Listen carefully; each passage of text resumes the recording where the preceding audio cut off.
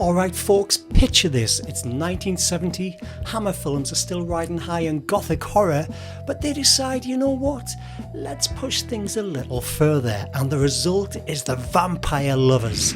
Directed by Roy Ward Baker, who'd already made a splash with A Night to Remember and Quatermass in the Pit, this was Hammer at its most daring, and just look at that cast.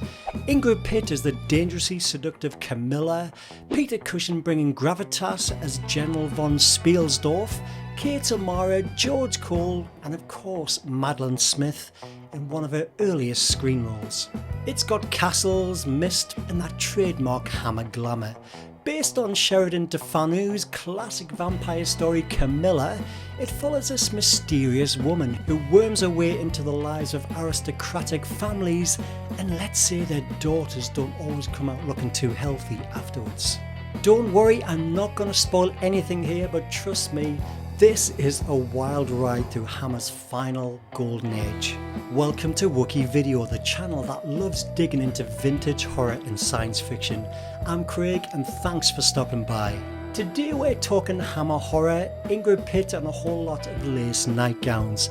So let's dive into the good, the bad, and finally figure out if The Vampire Lovers are still worth your time today.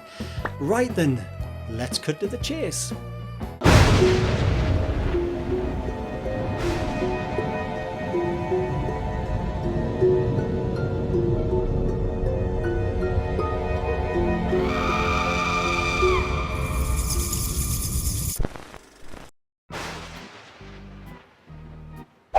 First up, there's Ingrid Pitt.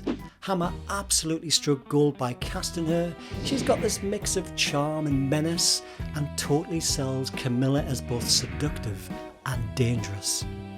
Even when she's just staring at someone, you can see why everybody falls under her spell. She's an absolute icon. Reason number 2, Hammer Gothic atmosphere. This is Hammer at its very best. Big candlelit castles, endless mist rolling across graveyards, and that bright red fake blood that we love so much. It's moody, it's campy, and it's gorgeous to look at. And if you just love that gothic vibe, then this one truly delivers. Reason 3, the score. Harry Robertson's score deserves some love too. It's got that sweeping, dramatic quality that even makes the slow parts feel like they're building up to something ominous. It's pure gothic melodrama in audio form. Reason 4, groundbreaking themes. She keeps staring at you. Nonsense. She's looking at you. Now this is where it gets really interesting. Unlike most vampire films of this time, this one leans hard into the homoerotic undertones of Camilla. Now Hammer actually went there showing desire between women in a way mainstream horror just had not touched before. Sure, it scandalised the senses, but it also added a whole new layer of the vampire myth. Now the link between vampirism and homosexuality really stuck here, and you can trace this all the way forward to the likes of Interview the Vampire, where even the guys joined in on the act, and beyond into the vampire stories that we see today. Reason number 5, the start of the Karnstein trilogy. And this one wasn't a one-off experiment either. The Vampire Lovers kicked off Hammer's Karnstein trilogy, which was followed by Lust for a Vampire and Twins of Evil. So watching the film today feels almost like a step in Hammer trying to reinvent their own vampire formula. It's got mixed results, but hey, this is a bold and classic attempt. Did you know that Ingrid Pitt, our dazzling and seductive Camilla, actually had a bit of a problem? She was terrified of blood. Yes, the vampire was squeamish, so to make matters even worse, her fake fangs kept falling out during filming. And at one point they landed straight into co-star Kate O'Mara's cleavage. Can you imagine how quickly the set stopped being spooky after that? But Ingrid fastened them in with some chewing gum that she took from one of the crew.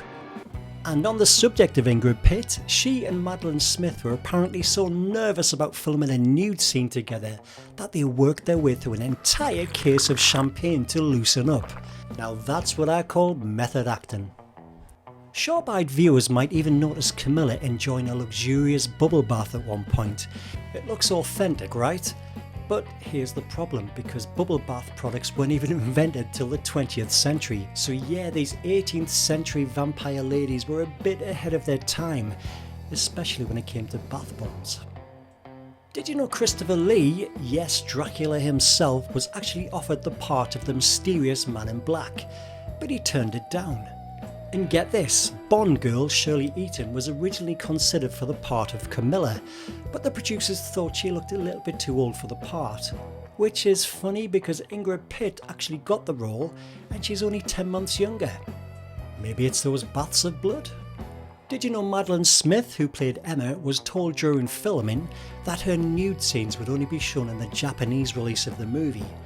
Whether or not that was true, who knows, but apparently it was only said to keep her on board. And did you know, of course, the censors weren't thrilled. The BBC wanted Hammer to remove the scene, especially where Camilla seduces Kate Amara's character. But Hammer argued back, saying, hey, don't blame us. It's straight from Le Fanu's original Carmela novella, and surprisingly, the BBFC backed down after that. Did you know the film kicked off production on January the 19th, 1970 and was shot on the grounds of Moor Park Mansion in Hertfordshire? And believe it or not, it was made on a pretty modest budget of just £165,227. It was also the last Hammer movie to get financing from American money. So in a way, it marked the end of an era. So yeah, we've got squeamish vampires, champagne-fueled courage, anachronistic bubble baths, and Christopher Lee saying thanks, but no thanks. And that is a lot of chaos behind the crimson velvet curtain of the vampire lovers. But every coffin has its cobwebs. And on that note, it's time to talk about the bad. Number 1, the pacing. Okay, cards on the table. If you're expecting non-stop vampire action, this one is gonna feel a little bit too slow. There are long stretches of people just talking or gazing at one another meaningfully while sipping wine. It's Gothic mood building, but if you're after fast scares, then this one might just test your patience. Number 2, overacting and dubbed voices. It's fair to say not everyone's given Shakespeare here. I mean, some of the supporting cast are pretty hammy and really laid it on thick.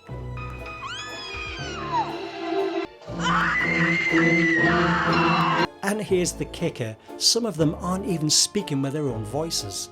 For example, Madeline Smith, who plays Emma, is actually dubbed over by another actress. And it lies across me, warm and heavy. And that mismatch sometimes feels a little off. And I feel its fur in my mouth. It's like you're watching a horror movie and a badly synced soap opera at the same time. It's unintentionally funny, and it can pull you out of that gorgeous Gothic mood. Number 3, the special effects. Now, I love Hammer's charm, but the effects here, let's say subtlety wasn't their strong point. The vampire attacks can look a little awkward, and some of the staking scenes look a little clumsy, and there's even some victims who don't appear to have an actual bite on the neck, and it just looks like they've smeared it with a tiny bit of the red stuff. Number 4, of its time. Now for 1970 this was bold, but looking at it now, some of the more exploitative angles, like the emphasis on undressing or titillation, haven't aged gracefully.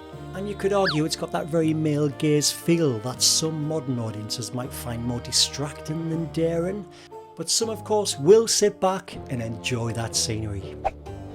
Number 5, predictability. And honestly, if you haven't even read Camilla, you'll probably figure out the story beats way in advance. So Gothic horror wasn't exactly about plot twists back then, so if you're looking for surprises here, don't hold your breath. So yeah, it's moody, it's cheesy, it's campy, it's sometimes clunky, but the big question is it still worth watching? Well, let's break it down, eh? So here's the verdict. For the plot, it's 3 out of 5. A solid, erotic and campy Gothic story, but not exactly groundbreaking. For quality, I'm going to give it a 4 out of 5. The atmosphere and production values are still amazing and gives you that unforgettable Hammer glamour experience.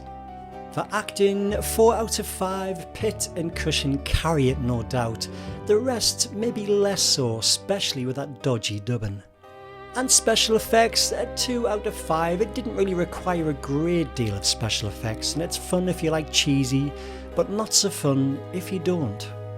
Rewatchability is an easy 4 out of 5. This is classic Hammer comfort food, which is perfect for a rainy night when you want sexy Gothic vibes more than jump scares.